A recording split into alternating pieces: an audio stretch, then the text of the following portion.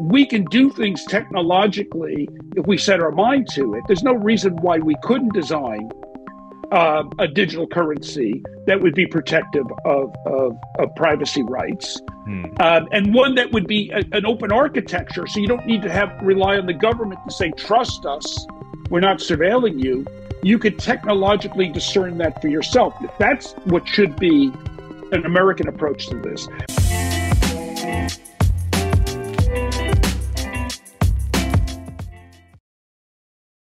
This content is brought to you by VeChain, which is a leading enterprise-grade Layer 1 public blockchain spearheading a digital revolution from a sustainable, highly scalable smart contract platform. The VeChain blockchain has many unique features, which makes it an ideal choice for Web3 applications. VeChain is working with many great enterprises such as PwC, Givenchy, BMW, and Walmart China. Most recently, they partnered with the Boston Consulting Group to build a revolutionary decentralized application ecosystem. I'm a big believer in this project. I have been since 2018. I've been a VET token holder for years, and this blockchain is highly scalable, great with security and speed, and it has low energy consumption. If you'd like to learn more about VeChain, please visit vchain.org. Link will be in the description. Welcome back to the Thinking Crypto podcast, your home for cryptocurrency news and interviews. With me today is Giancarlo, who is a former CFTC chairman, the author of the book Crypto Dad, The Fight for the Future of Money, and also the co-founder of the Digital Dollar Project. Chris, great to have you back on. Tony, it's great to be back with you. Chris, I'm always excited to speak with you because, there's a lot happening around the world with CBDCs and digital currencies. And the landscape is changing. We're heading into a more digital world, and these are exciting times, and there's a lot happening. So I would love to start with what's the latest with the Digital Dollar Project? Well, we continue our work as probably, if not the leading, perhaps the only voice asking a very simple question, and that is, how do we future-proof the dollar? How do we preserve its reserve currency status? And how do we, most importantly, preserve the values in which the dollar has historically been perceived, values of free enterprise, of free trade, of economic independence, and individual economic liberty for users of the dollar, in a world that is quickly moving away from the analog dollar-dominated world of the 20th century and the architecture of recording value on balance sheets of commercial institutions, to a future that's going to be a kaleidoscope of both decentralized systems of value like Bitcoin and Ethereum, and highly centralized systems of value, some run by big tech companies and others run by big banks, and some run by governments, such as China's digital yuan, that will be used for not only their own domestic use, but will be made available for export purposes in the form of white label versions of digital currency. In this coming, I call it a kaleidoscope. It's going to be much more of a kaleidoscope of different digital networks of value. And in that world, we do need to think about, how does the dollar in its current state survive that? And does it survive that? Or do we need to think about, how do we best modernize it? And are we going to outsource that to private sector actors? And if we do so, what are the privacy concerns there? Or are we going to do some combination of a central bank issued and a private sector issued one, similar to the way that money is done today? 90% of it is bank created, 10% is government created.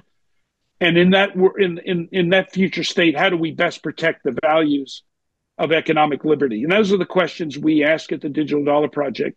Importantly, Tony, we do not advocate for the U.S. to deploy a central bank digital currency because we don't know what that means right now.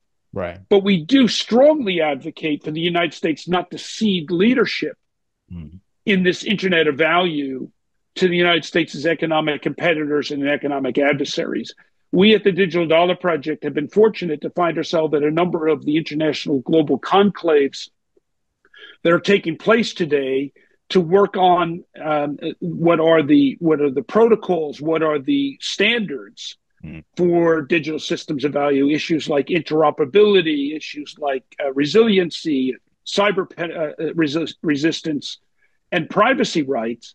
And sadly, the United States is not there at any of these meetings in any consistent official way. But many of our economic competitors, including our economic adversaries like China, are there. Yeah. And they want to ensure a future state that is safe for systems of value that provide for surveillance, that provide for censorship, and provide for control.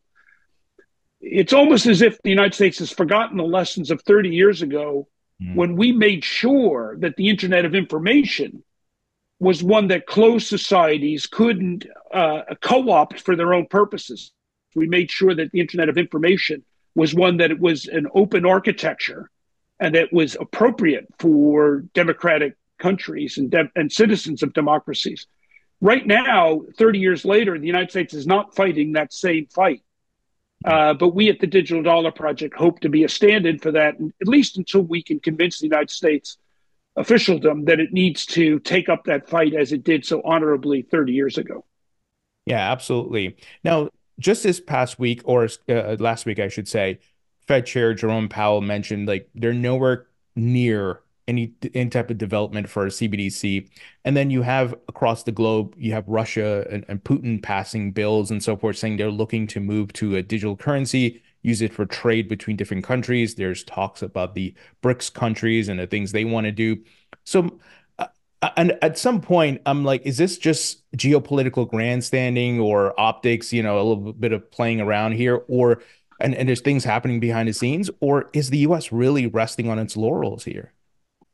Well, you know, we are in an election year here in the United States, and unfortunately, the issue of CBDC seems to have fallen into a traditional Washington black and white narrative. I heard that testimony, and I noted not just the response given to the questions, but the relief that the questioners of Chairman Powell expressed when they heard him say the United States is not advancing its work on looking at CBDC. Now, I'm, you know, as someone who considers myself fairly liberal in my views of individual rights, meaning that I'm a champion of economic liberty, I can both understand the relief that was sounded, because the assumption was that the only type of CBDC that could be developed would be one that gave government the ability to limit our economic liberty and to surveil our activity. It's almost as if the Chinese model is taking up space in the heads of many people in Washington, and they can't envision a different kind of CBDC, one that was architected to be anti-surveillance, anti-censorship, and anti-control. But yet we have done that in the development of certain decentralized systems, and there's no reason why technologically. Remember, we're Americans, right? We put a man on the moon.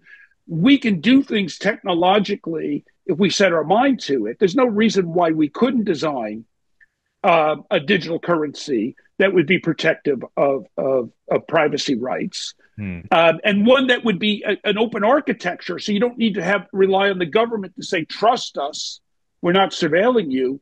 You could technologically discern that for yourself. That's what should be an American approach to this. But the other part that is so, I think, simplistic in the thinking about this is the assumption that a CBDC would surveil you, but somehow a private sector digital currency would not. Right. I have not seen any stablecoin operator, and I'm a big believer in stablecoins, and I support their rollout and development. And I agree that they're a great way to extend U.S. Monetary values around the globe and extend the dollar. But I have not seen any stablecoiner disclaim the ability to suck out all of that data. Yeah. I mean, and when they do, government will be knocking on their door in the same way they're knocking on the door of banks and saying, share some of that data with us. Oh, and by the way, we don't want people buying ammunition, or we don't want people supporting right to life, or we don't want people supporting abortion. And so don't let them do that with your stablecoin in the same way that government has done that with social media. So we need to get beyond a very simplistic notion that seems to be prevalent in Washington right now, that CBDC is unsafe for democracy, but stablecoins are safe for democracy.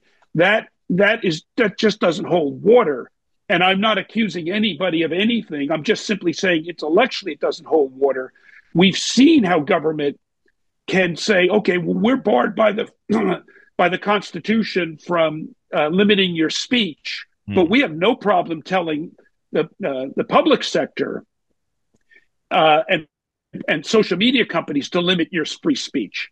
And I could see them doing the same thing with digital currency. So I think there's no difference between sovereign and non-sovereign. What I do think we need to do, and I hope your listeners hear me clear and simple, because I'm a proponent of a digital architecture and an internet of value as strong as anybody, and my bona fides proven themselves during my time at the CFTC on this subject. We need to have a national consensus that says anything that's based on the dollar in the digital future of money must reflect American values. Whether it's references the dollar, whether it's stabilized by the dollar, whether it's rolled out by the central bank, or whether it's rolled out by a private sector big tech company, whether it's rolled out by a stablecoin operator, whether it's rolled out by a consortium of banks.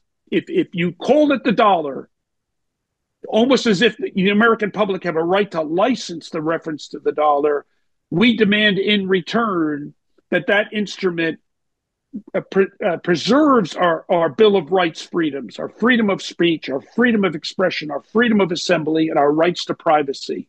That must be the condition on any instrument that reflects the dollar. And it doesn't matter whether it's a CBDC or a stable coin or a bank-issued instrument. Right. It must enhance our rights. And so that, I think, is the issue that we should all be focusing on. The internet of value is coming. Money is going to exist on digital networks in the future.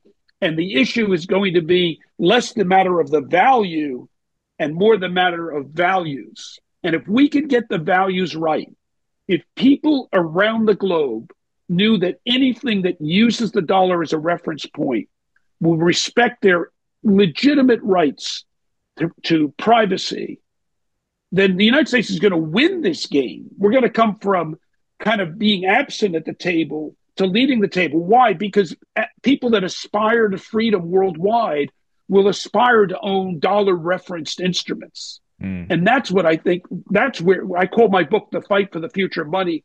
That's the fight right now. The fight is about the values of dollar-based digital systems of value. That's what we need to be fighting for as free citizens. Yeah, absolutely. And Chris, you brought up a great point that there's this double standard, right? Because the stable coins are out in the market, people are using them, different companies are launching them, but like you said, those guardrails are not there. Just as some of these people who are being a bit hyperbolic about the CBDCs and so forth, but the same concerns apply there, and we don't have the regulations or the guardrails in place. And I see companies like PayPal launching a stable coin. We have USDC issued by Circle here in the US. And there are certain banks like JP Morgan have their own intra-bank coin, such as JPM coin.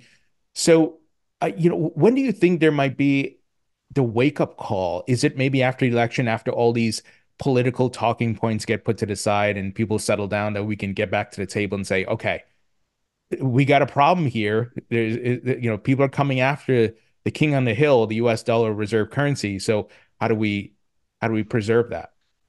I don't know. Honestly, I've been perplexed, and I've been in many of the debates. I've been perplexed with how simplistic this has gotten. CBDC bad, stablecoins good. Look, I'm a supporter, again, to my dying breath, of the need for private sector innovation in the digital systems of value, and every one of the stablecoins, I think, has a value proposition that is very, very strong and very, very positive. And so I do not want anything to impede their further development. But I do think we need to recognize our own lived experience of the last 30 years. We hoped and thought that the Internet of Information would be one that would, in a sense, liberate us as private free citizens from control of publishing giants and information repositories where we could interact with each other directly and share information, and the internet was going to be this great liberating force, only to discover Web 2 was this huge centralization effort where we were no longer the free citizens we thought we were. We were suddenly the providers of data upon which a couple of big companies became behemoths, and then used that data to control how we think, how we acted, what transactions we did, and most importantly, what information we could have access to and what information we suddenly they decided for themselves we were not allowed to have party to. And we've learned more and more about that in a couple of key court cases where we've discovered that our federal government has been leaning on social media companies to restrict information on certain taboo subjects. Mm. So Web 2 didn't quite work out the way we hoped it would. Now we're hoping that a new wave of the internet, an internet of value, would have that democratizing force. But we need to kind of be aware the same centralization process could take place.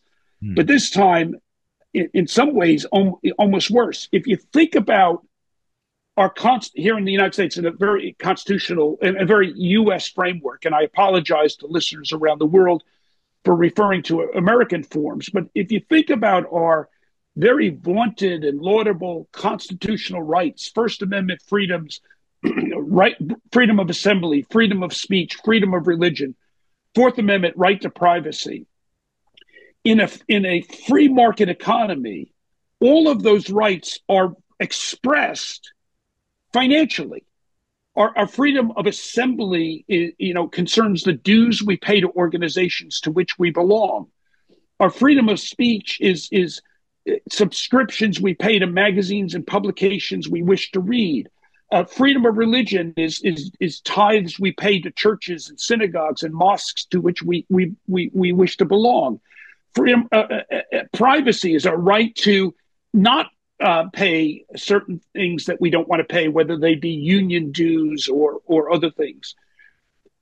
If centralized authorities, whether they be sovereign or non-sovereign, can surveil, can censor, can control that economic activity, then we no longer have those First and Fourth Amendment freedoms anymore. We suddenly find that those freedoms are curtailed by the very people that are the transmittal medium for how we pay in a free market economy, how we transact in a free market economy. So I hope to be someone sounding the alarm, someone who, if you are a crypto maximalist, hopefully you accept what I'm saying as someone who's not hostile to this innovation, but who actually took steps to further this innovation. Right. During my time, as an official sector leader. And so, I'm very much an advocate, but I'm sounding the alarm that, hidden within our desire for this new internet of value could be some danger points. And we must not leave our values by the side of the road as we get on with furthering this innovation. We need to be values first, and we need to insist that all these digital systems of money are ones that are preservative of our civil rights, our individual autonomy as free citizens, and as people of democratic republics. Mm. Now, Chris, something as you were saying that, I thought about going back years, maybe 2018, I think it was, when Mark Zuckerberg and the folks at Facebook wanted to create, I think it was called Diem, some sort of digital currency. And all of a sudden we saw a knee-jerk reaction and everybody was like, no, we're putting a stop to this. And I thought at that point they were going to start taking these things seriously. But then to your point, they've kind of the urgency has ramped down.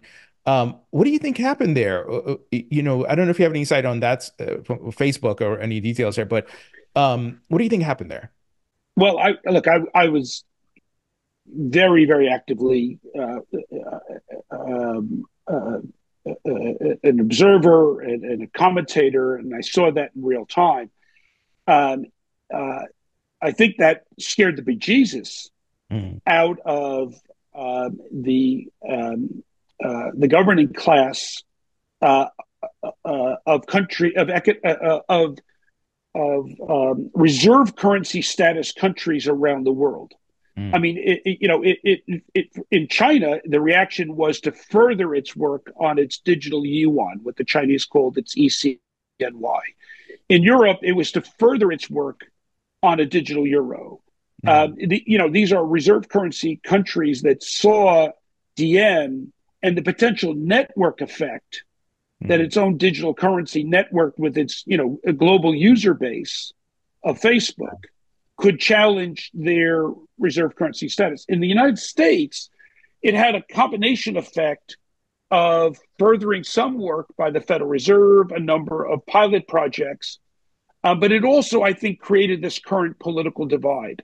I think some of the current political divide is somewhat naive. I think some of it is understandable. Why do I say it's understandable? Well, since the end of World War II, the economic system that emerged after that is one that has been highly dominated by the United States. Yeah. And that domination has brought a lot of advantages to the United States. I would argue it's also brought advantages to the world. And maybe let me take a moment and just say what that is, because then I want to explain why I think that explains where we are today. So in the post-war period, the United States emerged as having the dominant reserve currency. But not only that, the dominant institutions that supported the United States as reserve currency, the dominant capital markets, the dominant global banks, the dominant central bank, and the dominant system of market regulation as amplified by the Federal Reserve and its regulatory efforts of banks, and of course, market regulators like the CFTC and the SEC. The benefit of that is then that the world needs to hold dollars, whether it's to hold them as a stable store of value, whether it's to hold them to pay a debt service on international lending, whether it's to buy the world's commodities, most of which are priced in dollars, most of the important ones priced in dollars. And so the dollar is an important component of that post-World War II financial system. The United States, it's called the exorbitant privilege by our friends in Europe, referring to the dollar's ability to issue debt and the world needing to hold that debt, which allows the United States to support its way of life very successfully. But I would argue that, yes, the United States has benefited, but so is the world, because I think the last 30 years of what we call globalization, during which time more people have risen out of poverty around the world than ever before in human history, would not have happened if there was not a stable currency as a store of value and a means of transacting around the globe at a time where a lot of money has moved from the wealthy North to the underdeveloped South, and therefore helped a lot of countries move themselves from the lowest ranks of poverty. So I would argue that the dollar has been net good. Now, there's many critics of sanctions policy and a lot of other elements of the dollar. We could spend hours getting into that, and I don't deny those concerns. That's why I say net positive. All right.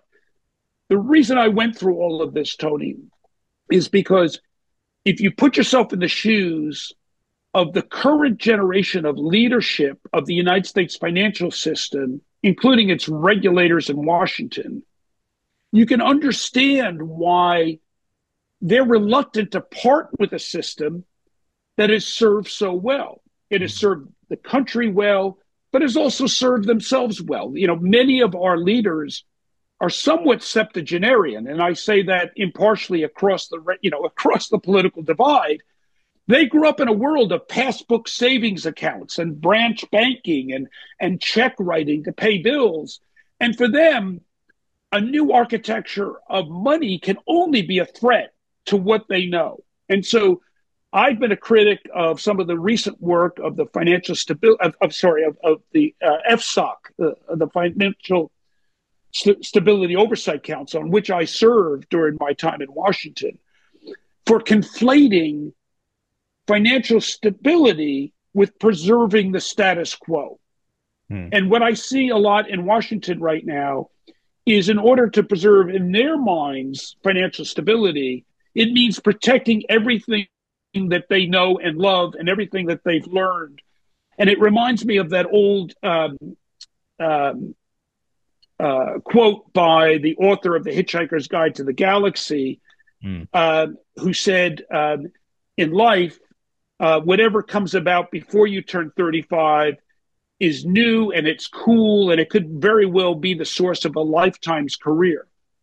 But anything that comes about after you turn 35 is dangerous, it's suspect, and it needs to be suppressed. And I think you've got some of that going on right now in American leadership, both in the public sector and the private sector, in the financial community, of seeing a new architecture of finances can only be a threat to the old system. And it truly is. Crypto is much more than just, Bitcoin at $73,000.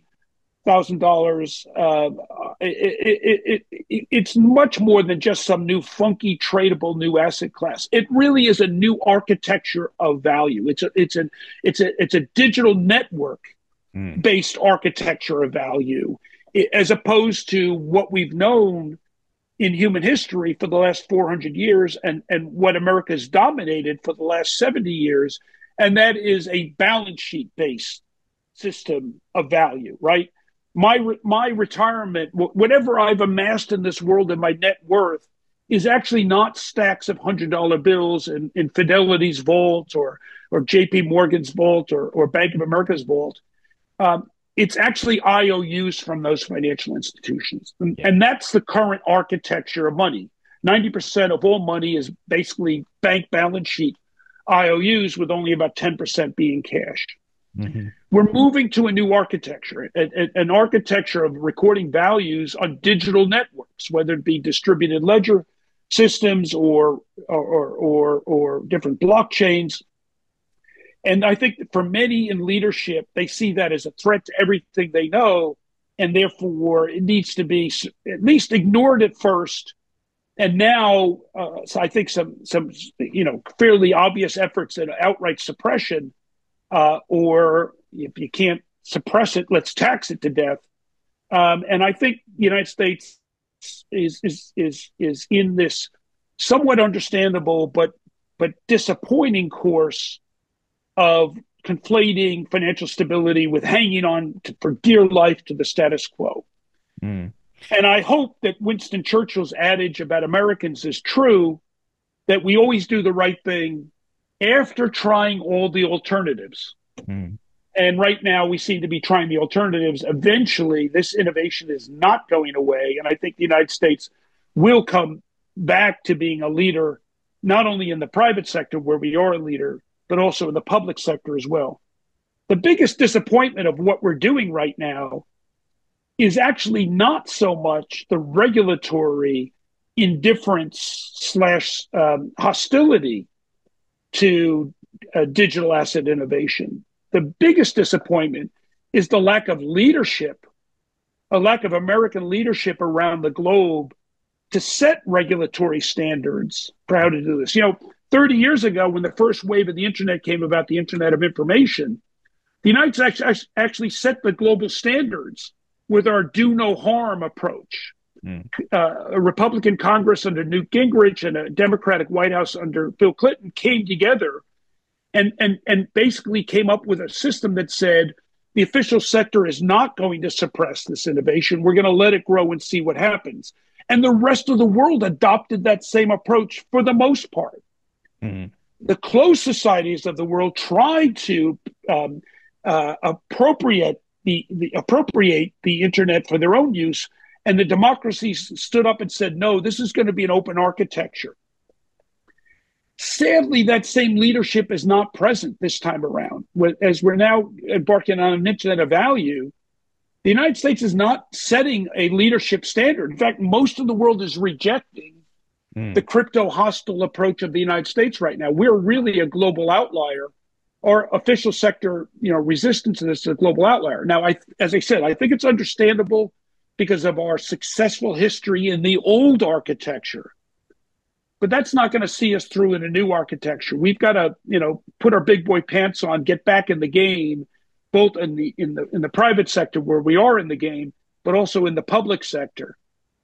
And I think, quite frankly, and I don't mean to sound immodest, but the work we did at the CFTC 5 years ago demonstrates that U.S. regulators can engage with crypto successfully. And I think that I would urge the current regulatory class in Washington to follow the lead of the CFTC back from 2017 to 2020. Yeah. And Chris, I remember last time we spoke, we had discussed some of the pilots and testing that were being done by private sector folks along with the Fed and so forth. And you guys have been advising different folks. Any updates on pilots and anything that looks promising? I'm not sure how much you can share there. Hi, everyone. Pardon the interruption. I'm Tony Edward, the founder and host of the Thinking Crypto podcast. I have a huge favor to ask you. If you haven't subscribed as yet on YouTube or the podcast platforms, hit that subscribe button, hit the thumbs up button, hit the notification bell on the YouTube platform, and on Spotify or Apple or wherever you get your podcasts, please leave a 5-star rating and review. It supports the podcast. It allows me to bring great quality content to you. Thank you for your support, and I'll let you get back to the content. Yeah, so we at the Digital Dollar Project tend to keep close to our chest our pilot work until we formally announce it and publish a white paper. We're not, we're a 501c3, we're nonprofit, we're nonpartisan, and unlike a commercial actor that may want to, generate some buzz for work they're doing before it's announced, our partners, which tend to be some of the more important U.S. Commercial actors, prefer to conduct the pilots and generate the learnings from the pilots and announce them. And we're not in the business of saying that every pilot we do is actually going to be a proof of concept for some use of a digital dollar. Some of our pilots prove limitations or shortcomings of that. So it's important that we do that. I will, as probably some of your listeners know, we have done a number of, I think, very important pilots, both on the wholesale side and on the retail side of what a central bank digital currency could do, how it could advance the dollar. We did a very important experiment for a retail digital dollar last year, showing how it could be used in global remittances. The United States to the Philippines is one of the most active remittance corridors in the world. And sadly, many of those Filipinos living and working in the United States, that when they send money home, sometimes pay as much as 7 to 17% to send money home, and it takes days and often lands up in small regional banks in the Philippines that may be there today and may be gone tomorrow. And we demonstrated, working with the Western Union company, that a digital dollar could speed that to from days to minutes, and could lower costs down to a few percentage points from where they are. And so that's one very important use. The dollar is one of the world's most important remittance currency, and taking some of the friction and time and loss of time, latency, and risk out of that would be a tremendous usage, and would further the dollar's use for remittance, therefore furthering the dollar's use in global trade. We do have a very active 2024 pilot project agenda, and I ask your listeners to follow us at Digital Dollar Project hellothinkingcrypto.org for news of our work. But we do have a very, very active 2024 agenda. With upcoming pilots and things that you're testing, is there any use of AI being incorporated, or is it too early, or not really a non-starter right now because we're still trying to figure out the blockchain aspect of it?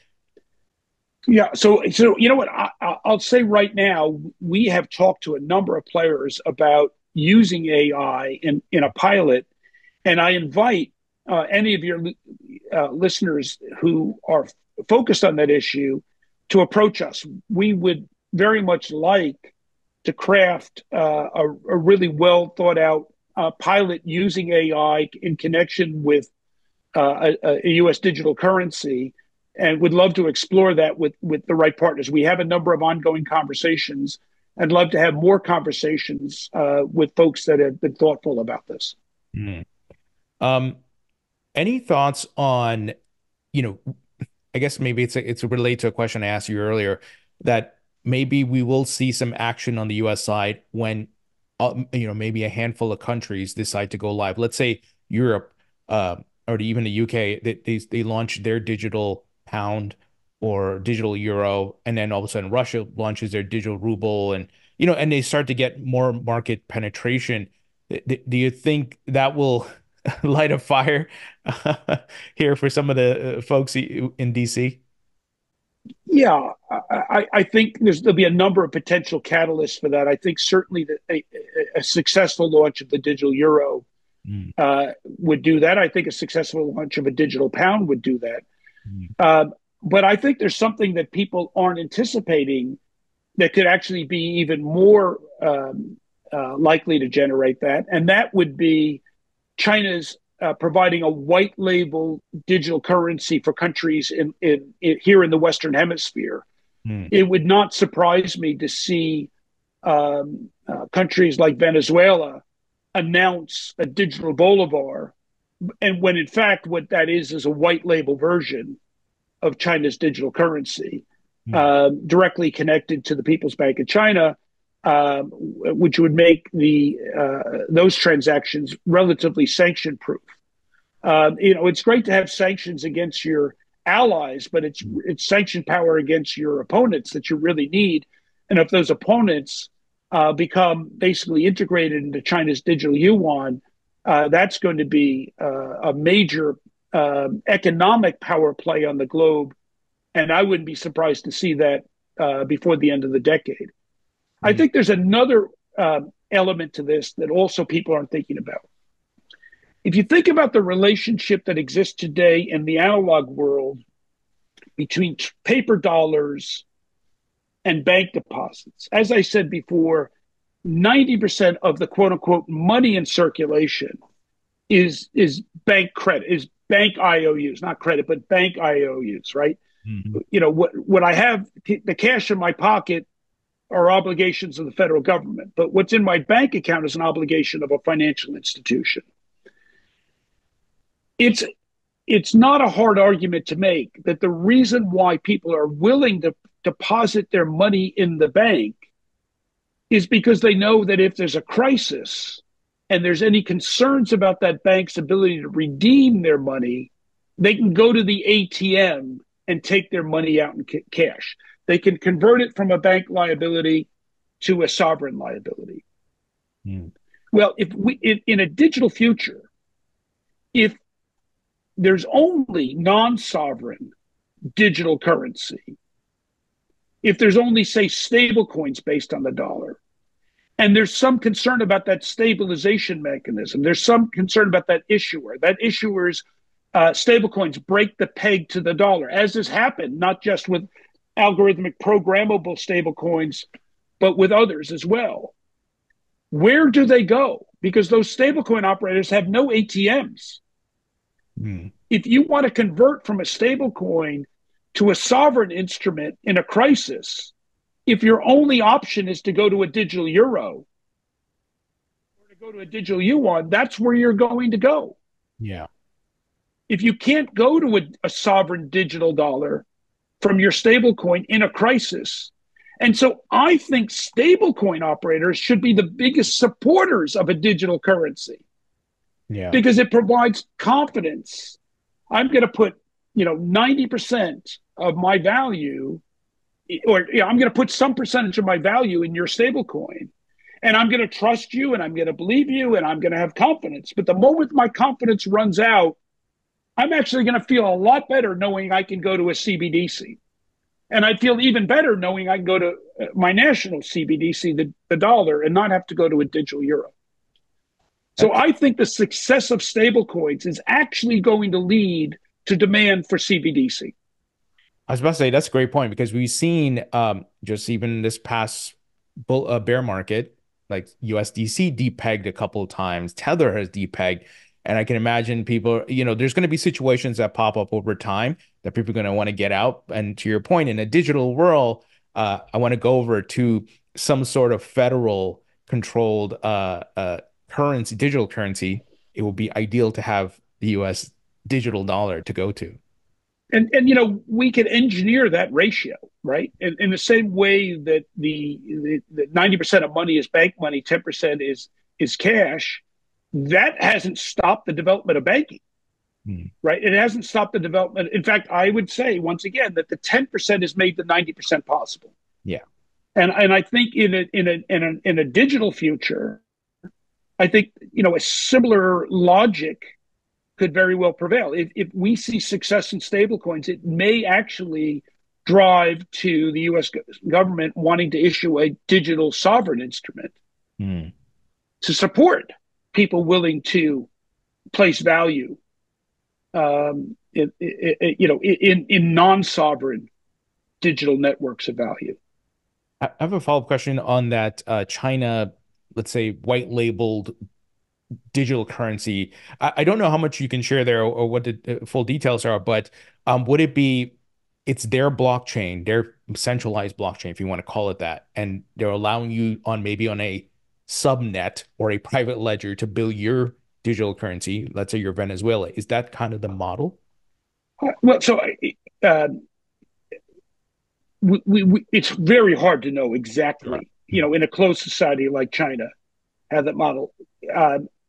Some of this is my own conclusion. I had the privilege of serving on a Hoover Institute study that took a year to study the digital yuan and issued a report to the Biden administration, which is publicly available on the Hoover Institute's website.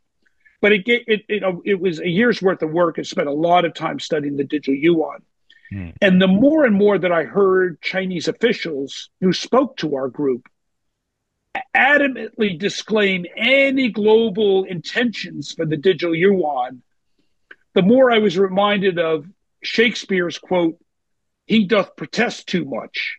The more they said, "Oh, no, we have no global ambitions," made me realize they absolutely have global ambitions. And it would not be hard for them to use this. And guess what their biggest selling argument would be for a white label version of the digital yuan? The biggest selling argument will be, we provide your regime with full surveillance and censorship capability over your citizens. And there, somebody said to me, a fairly senior person in Washington said to me, "Oh, who would want that?" And I thought, oh, there's a lot of regimes around the world that are going to say, ship it in. Yeah. We want to surveil our people. I mean, there's many closed societies that fear their people having cash and would love to use that. And so the Chinese model of CBDC it's quite sophisticated. Our report reports on its technical sophistication, but it also is a model for surveillance and censorship. And that's why I say to my colleagues on the right side of the aisle, you are not wrong to be concerned about this, but you are mistaken if you believe that that's the only model possible. Right. We're Americans, after all. Let's design the other model, the freedom coin model. Let's design digital systems of value for both the private sector and the public sector. In fact, let's insist that anything that references the dollar, whether it's a CBDC or a stablecoin, operate on open architectures where people can assure themselves that they're not being surveilled, they're not being censored, they're not being controlled. That's the American way. That's what we ought to do. We ought to see this as a challenge to be overcome, not the Chinese model as the only way to go, and therefore we need to reject the future digital systems of value and live in the past analog systems of value. An analog dollar is not going to serve the United States well for very long. We need to launch into the future in the same way that we were unafraid to go to the moon, even though it hadn't been done before, even though we were unafraid to stand up for an open architecture of an internet of information.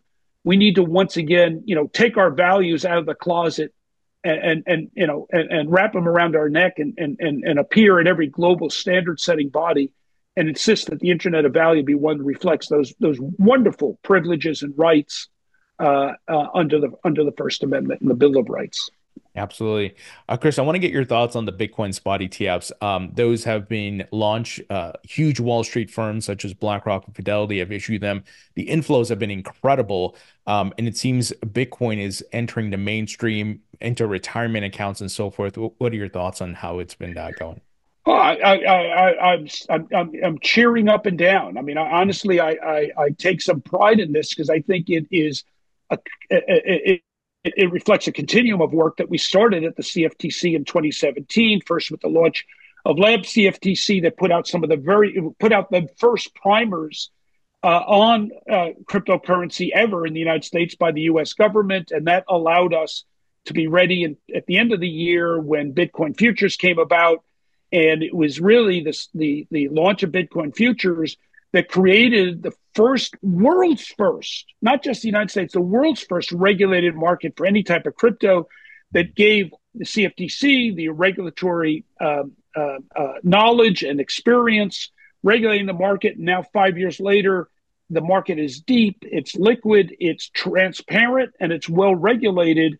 And but for it, I don't think the SEC would have found its way to greenlighting the ETF. So I think that what we're seeing from the SEC in many ways reflects the early work we did. So I take a lot of pride in this. I also think that the success of this reflects what I think all of us knew. There's tremendous demand, both at the wholesale level, at the institutional level, and at the retail level amongst Americans and people around the world for well-regulated markets, right? It's what makes this exciting is it's not only an exciting product, but it's now traded in the world's deepest liquid and best regulated markets in the world. So I think this is a tremendous success. I think it's long overdue, but it's there, it's successful. And as you say, what in little over 6 weeks, the Bitcoin ETF has surpassed $10 billion. It took the previously most successful ETF gold 2 years to get to that level. And I don't think that we're going to stop anywhere soon. So I think this is very successful. And look, what we said back in 2017, when there were those here in the United States and many abroad that were critical of the CFTC, including many in journalism, that were critical of us, including many in the TradFi industry that took out full-page ads in the Wall Street Journal challenging the CFTC not to go forward with Bitcoin futures. What we felt then, and I feel today, is it's not for regulators to determine the legitimacy of a lawful product. That's for the people's representatives in Congress to do. If Congress is going to ban an instrument like Bitcoin, well, God bless them. That's their lawful job, and they'll face the voters and the consequences of doing so. But it's only for them to decide. It's not for regulators to legitimize or delegitimize something that is lawful. The job for regulators is to put a working regulatory structure around it with clear rules, in the case of the CFTC, clear principles, and to bring a degree of thoughtful, intelligent regulation to the marketplace so that good people of goodwill can trade it relying on that it's built on a solid foundation, that the marketplace is built on a solid foundation. That's what we did at the CFTC, proving that regulators can engage with this asset class. And the proof is there, and now it's been reinforced by the Bitcoin ETF. And as we found when I was at the CFTC, once we approved Bitcoin futures, there was immediate demand for Ethereum futures. And the regulators were able to gain experience with one decentralized asset class that gave them the ability to eventually greenlight Ethereum futures 18 months later. I think the same will take place at the SEC. I don't think it's going to be 18 months, but I don't think it's going to be 6 months either. I mean, I think it's going to take time, but the direction has been set. I think the demand is there. And the world is looking to the U.S. to not only build these markets, but to build solid regulatory frameworks around the world's biggest pools of capital and the world's biggest set of retirement investment money and the biggest set of institutional money. So I think it's an important development. I think like our green lighting of Bitcoin futures, the launch of Bitcoin ETFs is going to be one of those milestones on the highway to a digital internet of value. Yeah, absolutely. And you guys did great work in setting the foundation for all of these things. But Chris, there's still the battle between the two agencies. Just recently, Rostin Benham, current chair of the CFTC, was talking about, he's unsure what the SEC is doing with Ethereum, while the CFTC views it as a commodity. So, man, I'm hoping Congress can act and put all these things to rest. I'm kind of tired of it, but that we have to go to the courts and we have to battle this out, and it's kind of ridiculous at this point. Well, I agree with you, but let me say this. Thank goodness for the CFTC the past 5 or 6 years, because if the CFTC were not there holding the flame for innovation, we would only have the SEC. Yeah, and it's relative, indifference slash antipathy slash hostility to digital asset innovation. Our founders of the United States, right or wrong, they very much believed in divided government. They felt that if government were arguing with itself, then our liberties were safe. In a similar kind of way, that's played out between the SEC and the CFTC. I mean, although I agree with you, many people are sick of it, but for it, we might have had a majority view coming out of the SEC dominating the approach to this. I think the CFTC has held, and I tip my hat to Chairman Benham. I think he's been very principled. I think he has maintained his position from the beginning that Congress needs to act, and it does. But while we're waiting for it to act, he hasn't backed off the CFTC's determination to build a smart, understandable regulatory regime around digital commodities and how they trade in derivative markets. So I think that we should all be grateful that CFTC has held the torch over the past few years. Yeah, and Chris, it's funny. I'm appreciating the checks and balances much more, right? And to your point, that we have the digital branch, we have these different agencies, and can say, no, we disagree, and maybe it's not a bug, but it's a feature, right? That it's there to avoid the rule, the king to just make all the decisions for us, but we can have a voice. And you're right to tip your hat to the courts as well, because I think they've played a very, very important role to get us through this period of time. And life is like a conveyor belt. With great respect to the septuagenarians that are running things and their way of thinking, eventually the conveyor belt, they will fall off of it, and a newer generation, a generation that grew up in a networked world, to whom network effects and the value of global networks is intuitively understandable, and they are going to be much less resistant to digital networks of money. So I'm very optimistic about the next generation of leadership. However, I want them, as someone of that older cohort, but who's less resistant to this innovation, who's actually much more positive on this innovation, I say to younger people, but don't leave your values at the door. Don't simply say the value of lower friction, of faster times, of greater access are enough. We also need to think about the values of economic independence, of economic liberty, of free markets and free market capitalism are played out in the values of these systems as well. Yeah, well said. Now, crypto, to your point, free markets and we got elections coming up. We're seeing pro-crypto candidates are taking some victories. And crypto is a ballot issue, while it may not be number one, two, three, or even four. It's up there. And some of these crypto voters are single issue voters. And then you have like John Deaton running against Elizabeth Warren, who has put up the banner that she's anti-crypto. So I would love to get your thoughts on that. And you got political candidates as well coming out with their support for crypto. What do you think about all these things? Well, a couple of things. First of all, I don't think the anti-crypto banner is going to work at all with young people. I don't think it's going to work with minorities. I don't think it's going to work with a lot of people that I think the anti-crypto people think it might. I think it might work with seniors, sure. But that's not a long-term value proposition. That's one thing. The second thing is, I think, the one thing I learned 5 years in Washington is that money talks and everything else walks. Yeah. And I think the political class has been shocked to see how quickly $90 million has been assembled and deployed with real targeting. Mm-hmm.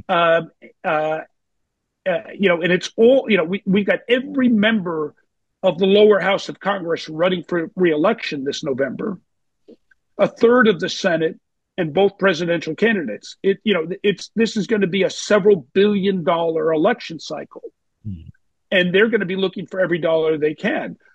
I don't know who's spending the anti-crypto dollars, but a lot of people are spending the pro-crypto dollars. So I think it's going to be.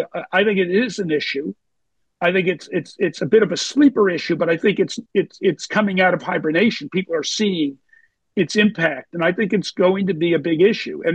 And as proof of that, you see candidate Trump now moving from a sort of indifferent to I don't understand it role to where he's now openly talking about it. I don't think he's quite found his voice on the subject yet, but I think that. What that means, what that says to me is there's a recognition that there's voters up for grabs, there's financial resources to be gained, and we're up and running for the 2024 elections right now. Both candidates are now established. The primaries are over. We're in the general election. As of last night, the primaries are over, or they're not over, but the Republicans and Democrats have achieved the number of delegates to be their party's nominees. So effectively, we're beyond we're past primary season. We're now in the general election season.